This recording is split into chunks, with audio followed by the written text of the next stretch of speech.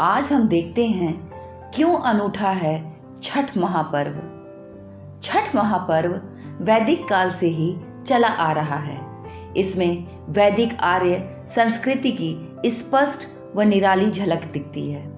ऋग्वेद में भी सूर्य, उषा, प्रकृति आदि के पूजन का खूब उल्लेख मिलता है। छठ महापर्व जैसी लोक परंपराओं व आस्थाओं ने ही शताब्दियों से हिंदू धर्म को तमाम सांस्कृतिक हमलों और शासक सत्ता के अत्याचारों से बचा कर रखा है और ताकत प्रदान की। अनेक बार लगता है कि स्त्रियों ने ही त्योहारों व व्रतों का ठेका ले रखा है, लेकिन छठ पर्व में जब सूट बूट पहनने वाले पूत भतार धोती लपेटकर नंगे गोड़ मुड़ पर प्रसाद का भारी दौरा लेकर आगे आगे चलते हैं और कमर तक पानी में खड़े रहते हैं, तब सही मायने में यह एहसास होता है कि पुरुष शोषक नहीं बल्कि जीवन यात्रा के सहचर हैं। छठ पूजा में स्त्री आस्था व सामर्थ्य के बल पर व्रत ठानती है और पुरुष उसके व्रत पर पूरी निष्ठा से जमकर सहयोग करते हैं।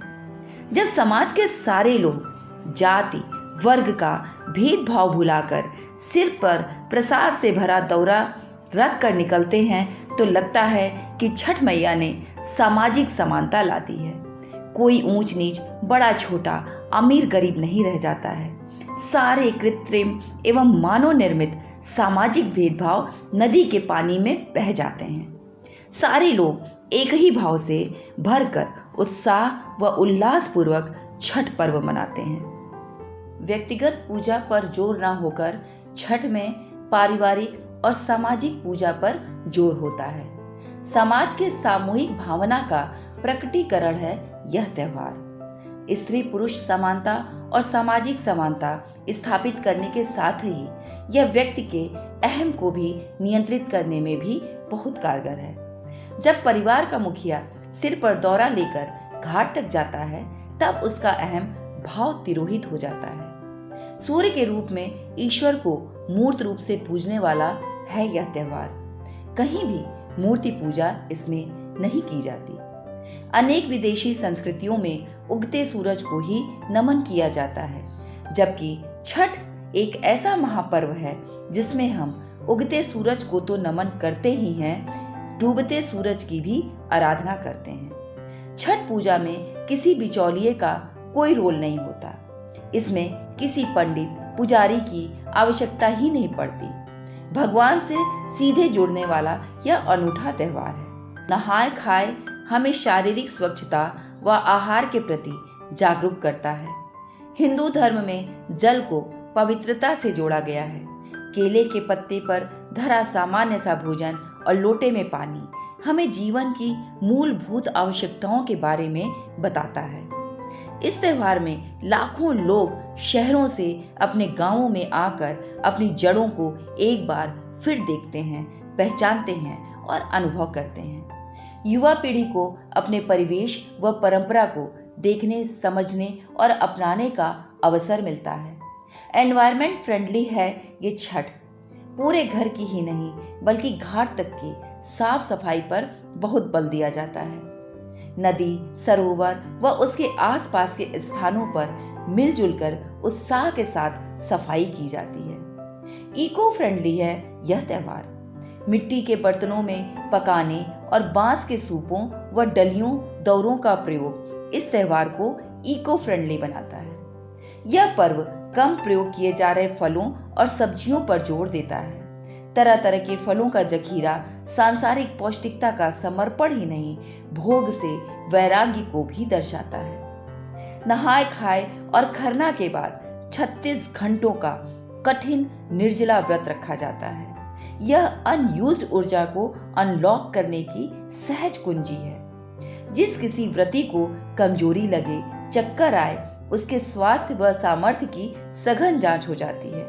उसे नियमित पौष्टिक खान पान, ध्यान, व्यायाम की गुणवत्ता बढ़ाने की आवश्यकता है। आजकल फास्ट फूड के समय में हमारी नई पीढ़ी तेजी से हमारे पारंपरिक पकवानों को भूलती जा रही है। इस त्योहार में घर में ही गीत गाते हुए परंपरागत पकवान बनाए जाते हैं, खाए और वितरित भी किए जाते हैं। कच्चे चूल्हे पर गन्ने के रस में पकाई गई खीर, खिरनी, गुड़ व आटे से बना ठेकुआ आदि छठ से जुड़े विशिष्ट पकवान हैं। छठ महापर्व ने भजनों व लोकगीतों को बहुत बढ़ावा दिया है। छठ पर्व से इकोनॉमी को भी एक उछाल मिलता है। लाखों लोगों को रोजगार मिलता है। महीनों पहले से इसकी तैयारियां प्रारंभ हो जाती हैं। छठ महापर्व में लगने वाली सामग्री से अनेक गरीबों, कारीगरों व उद्यमियों को बहुत बढ़ावा मिलता है, जैसे मिट्टी के बर्तन बनाने वाले, बांस से संबंधित सामग्री बनाने वाले आदि। नए कपड़ों को पहनकर अपनी गलतियों की माफी मांगकर फिर एक बार नूतन संकल्पों, आशाओं व मनोकामनाओं से भर देने वाला है ये त्योहार। यह जीवन की मोनोटोनी को तोड़कर, दोहराव को रोककर एक नए उत्साह व उमंग से भर देता है। यही इस छठ उत्सव का उत्सव है।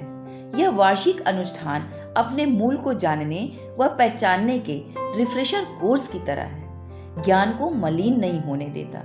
जिन पुरखों ने इसे सहेजा है वे वाकई में वंदनीय हैं। छठ महापर्व के विधि विधानों व कर्म कांडों के रैपर में हमारी अनूठी व अनमोल ज्ञान संपदा संरक्षित है। अंत में सभी व्रती साधुवाद के पात्र हैं, क्योंकि उनमें से अधिकांश हमारी अनूठी अनमोल ज्ञान संपदा व धरोहर से अनजान होकर भी व्रत, पूजा और तपस्या को निभाते हुए उसे जीवंत किए हुए हैं। और शायद यही वजह है कि यह महापर्व आज अपने क्षेत्र से निकलकर इस देश की दहरी को लांघते हुए आज विश्व के कई देशों में बड़े धूमधाम से मनाए जाने लगा है।